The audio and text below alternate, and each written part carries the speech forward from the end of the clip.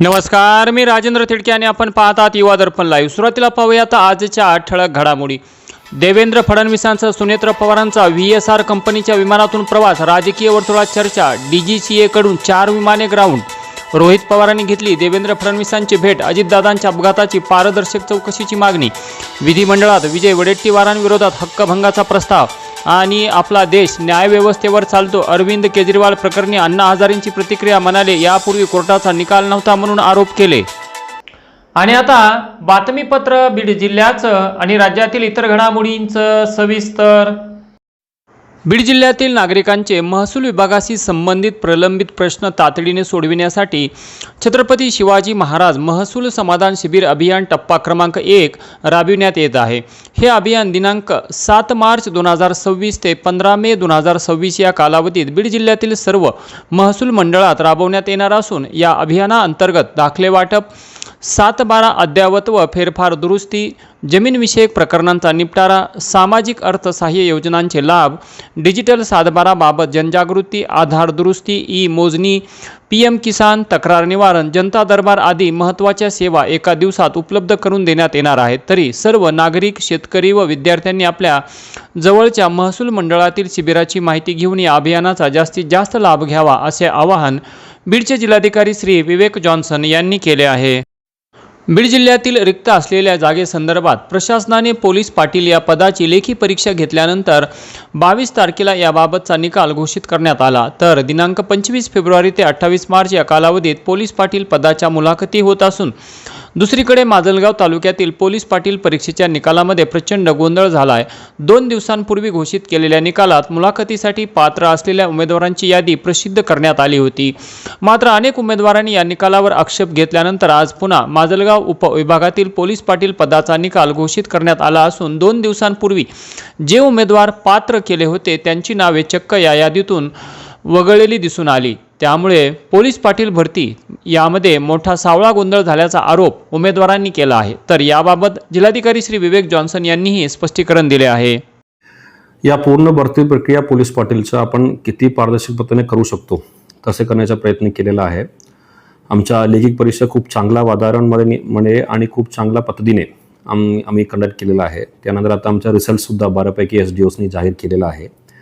आता पुढच्या 1-2 आठवड्यामध्ये आपण विद्यार्थीच्या मुलाखती कसे का होणार आहे, तोंडी परीक्षा त्यासाठी सुद्धा आम्ही शेड्यूल जाहीर करणार आहे। यामध्ये कुठलाही प्रकारचा गैरव्यवहार होणार नाही आहे याचा दक्षता मी सुद्धा घेत आहे। त्यासाठी आम्ही सर्व पात्र उमेदवाराचं फक्त यादी विना मार्क दिलेला आहे। याचं कारण असं आहे की दुसरा कुठलाही विद्यार्थी ज्यांचा मार्क 1-2 मार्कच्या मागे पुढे गेलेला असेल, कुठलाही चुकीच्या प्रक्रिया करायच्या नाही, कुठलाही गैरवापर आणि कुठलाही दबाव आमच्याकडे आणायचं नाही। त्यासाठी आम्ही फक्त पात्र विद्यार्थीच्या यादी जाहीर केलेला आहे आणि पात्र विद्यार्थ्याच्या यादीच्या अनुषंगाने आम्ही तोंडी परीक्षा घेणार आहे आणि एकदा तोंडी परीक्षा झाल्यानंतर आम्ही लेखिक परीक्षा आणि तोंडी परीक्षा हे दोन्ही पकडून आम्ही गावनिहाय यादी प्रसिद्ध करणार आहे। मसाजोगचे सरपंच संतोष देशमुख यांच्या हत्या प्रकरणातील मुख्य आरोपी वाल्मिक कराडसह 5 जणांना अटक करण्यात आलेली असून ते सध्या कारागृहात आहेत। तर कृष्णा आंधळे हा आरोपी मात्र अद्यापही फरार आहे। आरोपी वाल्मिक कराड याने वारंवार जामिनासाठी अर्ज केले होते, मात्र सत्र न्यायालय, उच्च न्यायालय आणि अखेरीस सर्वोच्च न्यायालयाने त्याचा जामीन अर्ज फेटाळला आहे। सर्वोच्च न्यायालयाने जामीन अर्ज फेटाळल्यानंतर या प्रकरणात नवे वळण लागले आहे। आरोपी वाल्मिक कराडचा मुलगा सुशील कराड याने समाज माध्यमांवर एक सूचक पोस्ट केली आहे। आता मात्र सर्वांसमोर सर्व काही बोलणार अशा आशयाची ती पोस्ट असल्याने मोठी चर्चा सुरू झाली आहे। सुशील नेमके कोणत्या मुद्द्यावर बोलणार, कोणती माहिती उघड करणार याबाबत उत्सुकता वाढली आहे। जामीन अर्ज फेटाळल्यानंतरची पोस्ट समोर आल्याने तिचे महत्त्व अधिक वाढले आहे। त्यामुळे संतोष देशमुख हत्या प्रकरणात काही नवे खुलासे होणार का असा प्रश्न आता उपस्थित होत आहे। तर या प्रकरणासोबतच महादेव मुंडे हत्या प्रकरणाचाही संदर्भ चर्चेत आला आहे। परळी येथील व्यापारी महादेव मुंडे यांच्या हत्येप्रकरणीही तपास सुरू आहे। या प्रकरणात नार्को चाचणीचे अहवाल SITच्या हाती आले असून एक संशयित आरोपी तब्बल 4 टेस्टमध्ये पॉझिटिव्ह आल्याची माहिती समोर आली आहे. या अहवालामधून हत्येचे खरे स्वरूप समोर येण्याची शक्यता व्यक्त केली जात आहे. त्यामुळे दोन्ही प्रकरणांचा परस्पर संबंध आहे का याबाबतही चर्चा रंगू लागली आहे.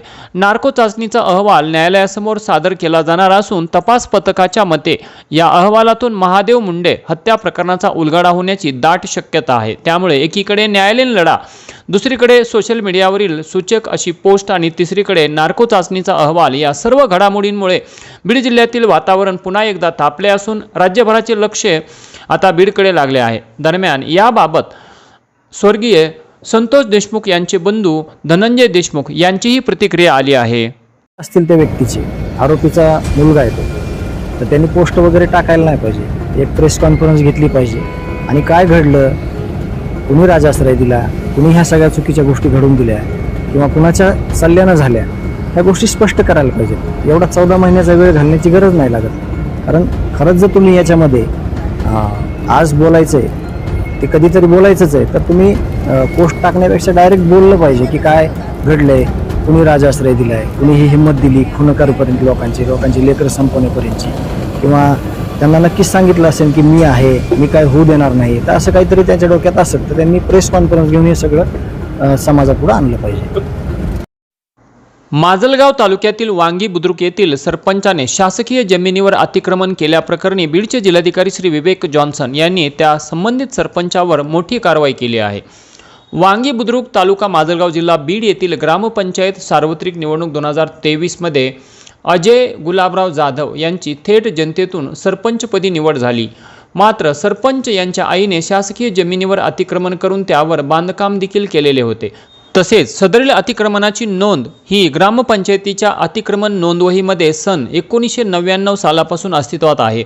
सदरील अतिक्रमण हटविण्याबाबत ग्रामपंचायत कार्यालयाने तहसीलदार यांच्या निर्देशानुसार नोटीस देखील बजावण्यात आलेली होती. मात्र तरी देखील सरपंच यांच्या आईने सदरील अतिक्रमण काढून घेतलेले नाही. त्यानंतर तक्रारदार श्री वैजनाथ उत्तमराव जाधव राहणार वांगी यांनी मुंबई उच्च न्यायालयातील ॲडव्होकेट ईश्वर वाघ यांच्यामार्फत जिल्हाधिकारी बीड यांच्या कार्यालयात ग्रामपंचायत अधिनियम 1958च्या कलम 14(ज)(3) प्रमाणे रीतसर तक्रार दाखल केली. सदरील तक्रारीच्या अनुषंगाने जिल्हाधिकारी यांनी संबंधितांना नोटिसा बजावून प्रत्यक्ष स्थळाचा पंचनामा करण्याचे निर्देश दिले. पंचनाम्यामध्ये संबंधित शासकीय जमिनीवर सरपंच यांच्या आईचे अतिक्रमण आढळून आले. मात्र सरपंच यांचे पद वाचविण्यासाठी त्यांचे काही नातेवाईक यांनी सदरील अतिक्रमण हे सरपंच यांच्या आईचे नसून त्यांचे आहे असे सांगू लागले. मात्र जिल्हाधिकारी यांनी अभिलेखावरील सर्व कागदपत्रांचा पंचनामा, स्थळ पाहणी अहवाल तसेच सर्वोच्च न्यायालयाच्या जनाबाई विरुद्ध महाराष्ट्र शासन या निकालातील निष्कर्षाचा सखोल विचार करून सरपंच यांनी त्यांच्या कुटुंबियांमार्फत शासकीय गायरान जमिनीवर अतिक्रमण केलेले आहे हे सिद्ध झाल्याने सरपंच यांना ग्रामपंचायत अधिनियम 1958च्या कलम 14(ज)(3) नुसार सरपंच पदावरून अपात्र घोषित केले आहे. आणि याचबरोबर आजचं बातमीपत्र संपलं. उद्या पुन्हा भेटू काही नव्या आणि ताज्या घडामोडींसह. तोपर्यंत पाहत राहा युवा दर्पण लाईव्ह चॅनल. लाईक करा, सबस्क्राईब करा आणि खाली दिलेल्या बेल आयकॉनला प्रेस करा. तोपर्यंत नमस्कार.